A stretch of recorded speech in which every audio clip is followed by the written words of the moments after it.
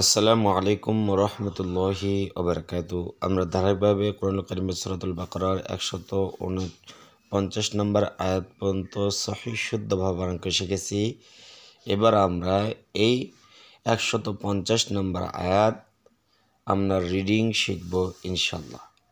তাহলে কথা না বাড়িয়ে চলুন শুরু করা যাক। আর আপনি যদি আমার চ্যানেল নতুন হয়ে থাকেন অবশ্যই আমার চ্যানেল সাবস্ক্রাইব করবেন এবং লাইক করবেন। أعوذ بالله من الشيطان الرجيم بسم الله الرحمن الرحيم ومن حيث অজর ওয়া মিম নুনজের মিন। দেখেন এই জজমলা চিহ্ন এইটাকে বলা হয় জজম। এই জজম যে হরফে থাকবে তার ডান দিকে হরকতের সঙ্গে একত্রে একবার মিলে পড়তে হবে, এটা শুধু মনে রাখবেন। তাহলে ওয়ামিন হাইসু সা নরম হবে। খরজেতা, দেখুন লাল দাগ দিয়ে চিহ্ন করা রয়েছে, এটা হলো এই জিমটাকে ধাক্কা দিয়ে পড়বো। এই জিমটা হলো কলকলার হরফ। তাহলে খরজেতা ওয়ামিন হাইসু খরজেতা ওয়ামিন হাইসু খরজেতা ওয়ামিন হাইসু খরজেতা ফাওয়াল্লি। আর এই তিন দাদা চিহ্নকে বলা হয় তাসদিদ। এই তাসদিদ যে হরফ থাকবে সেই হরফ আমরা দুইবার উচ্চারণ করব। দেখেন ফাওয়াল্লি ওয়াজহাকা, লাল দাগ রয়েছে, তাহলে এটা কলকলা ধাক্কা দিয়ে পড়তে হবে। ওয়াজহাকা এটাও লাল দাগ ধাক্কা দিয়ে পড়তে হবে। শাতরল মসজিদিল হারাম, শাতরল মসজিদিল হারাম ফাওয়াল্লি ওয়াজহাকা শাতরল মসজিদিল হারাম ফাওয়াল্লি ওয়াজহাকা শাতরল মসজিদিল হারাম ওয়াহাইসুমা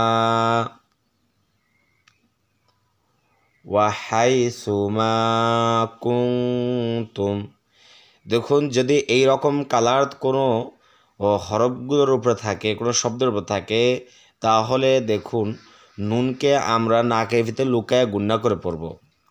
তাহলে কাপ নুন পেশ কুং, ওয়াহাইসুমা কুনতুম ওয়াহাইসুমা কুনতুম ফাওয়াল্লু। পেশের বাম পাশ জজমুল্লাহ ওয়াও আমরা একালি টেনে পড়ব। তাহলে ফাওয়াল্লু উজুহাকুম, এখানেও পেশের বাম জজমুল্লাহ ওয়াও একালিফ টানো উজুহাকুম ওয়াহাইসুমা কুনতুম ফাওয়াল্লু উজুহাকুম ফাওয়াল্লু উজুহাকুম শাতরাহু, দেখুন লাল দাগ চিহ্ন রয়েছে, তাহলে ধাক্কা দিয়ে পড়বো। শাতরাহু লি আল্লাহ, লাম দুইবার উচ্চারণ হবে এবং জবরের বাম পাশে খালি লিফ, তাহলে সেক্ষেত্রে আমরা এক আলিফ টেনে পড়বো। তাহলে লি আল্লাহ ইয়াকুনা লিন্নাসি, ইয়াকু কাপ পেশকু, পেশের বাবা জজল বাবাও এক আলিফ টান, তাহলে লি আল্লাহ ইয়াকুনা লিন, নুনের তার সাথে গুণা করা ওয়াজিব। লানিন্নাসি,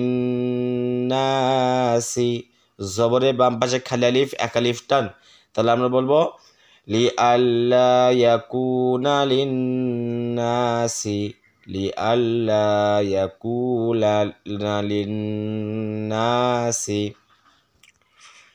আলাইকুম হুজ্জাহ আলাইকুম হুজ্জাহ।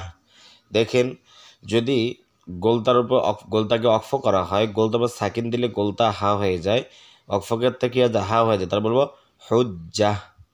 লিআল্লা ইয়াকুনা লিন্নাসি আলাইকুম হুজ্জাহ লিআল্লা ইয়াকুনা লিন্নাসি আলাইকুম হুজ্জাহ ইল্লাল্লাযীনা যালামু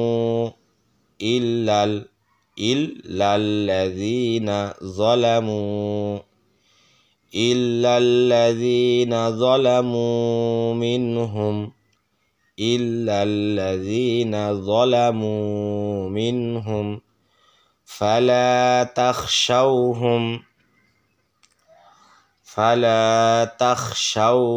ওয়াখশাওনি ফালা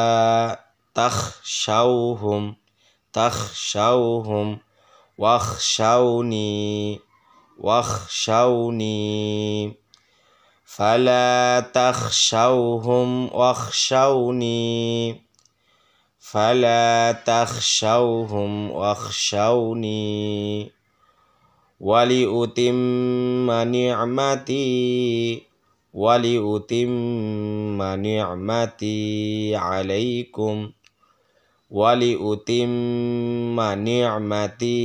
আলাইকুম ফালা তাখশাওহুম ওয়াখশাওনি মিমে তাসে গুণা করা ওয়াজিব ওয়ালিউতিম্মা নি'মাতি চাপ দিয়ে পড়তে হবে তি জেরে জজময়া একালিফ টান ওয়ালিউতিম্মা নি'মাতি আলাইকুম ওয়ালিউতিম্মা নি'মাতি আলাইকুম ওয়ালাআল্লাকুম লাম দুই বচন তাজদীর রয়েছে ওয়ালাআল্লাকুম তাহতাদুন ওয়ালাআল্লাকুম